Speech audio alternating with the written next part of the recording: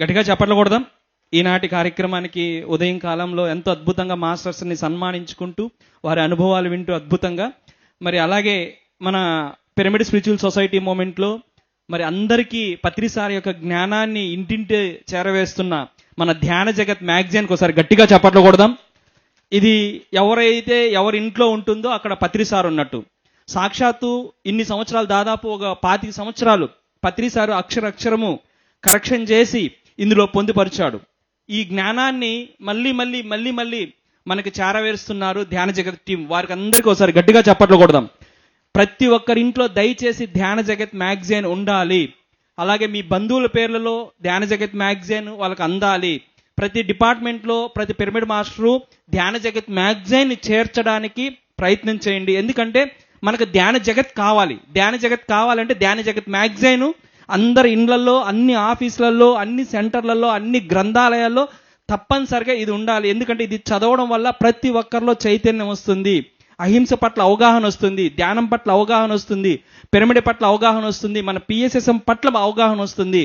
So దీనికోసం ప్రతి ఒక్కరూ దయచేసి అన్ని చోట్ల అందేలా ప్రయత్నం చేయండి. ధ్యాన జగత్ అనేది చాలా ముఖ్యం. So thank you very much. Thank you to మరి కేశవరాజు సారు, వారి టీంకి గట్టిగా చప్పట్లు కొట్టుకుంటూ ధ్యాన జగత్కి మరొకసారి ధన్యవాదాలు తెలుపుకుంటూ థ్యాంక్ యూ. ధ్యాన జగత్తు ప్రతి ఒక్కరి ఇంట్లో ఉండాలండి. ఎందుకంటే పత్రిసారి మనకి త్రిరత్నాలు ఇచ్చారు: ధ్యానము, స్వాధ్యాయము, సజ్జన సాంగత్యం. ధ్యానం చేస్తున్నాము, పిఎన్సి ద్వారా సజ్జన సాంగత్యం చేస్తున్నాం, క్లాసుల ద్వారా చేస్తున్నాం.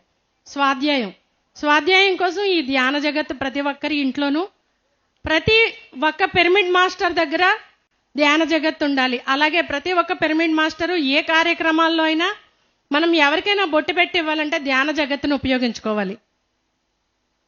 ఒక 50 రూపాయలు మనం బ్లౌజ్ పీస్ కన్నా తక్కువ రేటు. బ్లౌజ్ పీస్ 80 రూపాయలు, 100 రూపాయలు పెడితే కానీ మంచి రావట్లేదు. 50 రూపాయల పుస్తకం ఇస్తే వాళ్ళు చదివి ధ్యానులుగా మారే అవకాశం ఉంది.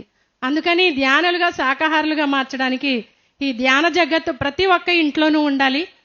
ఇది మన గురువు గారి యొక్క మానస పుత్రిక. Thank you masters.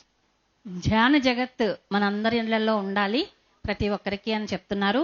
మరి అది నిజమే కదా? మరి గట్టిగా కరతాళ ధ్వనులు.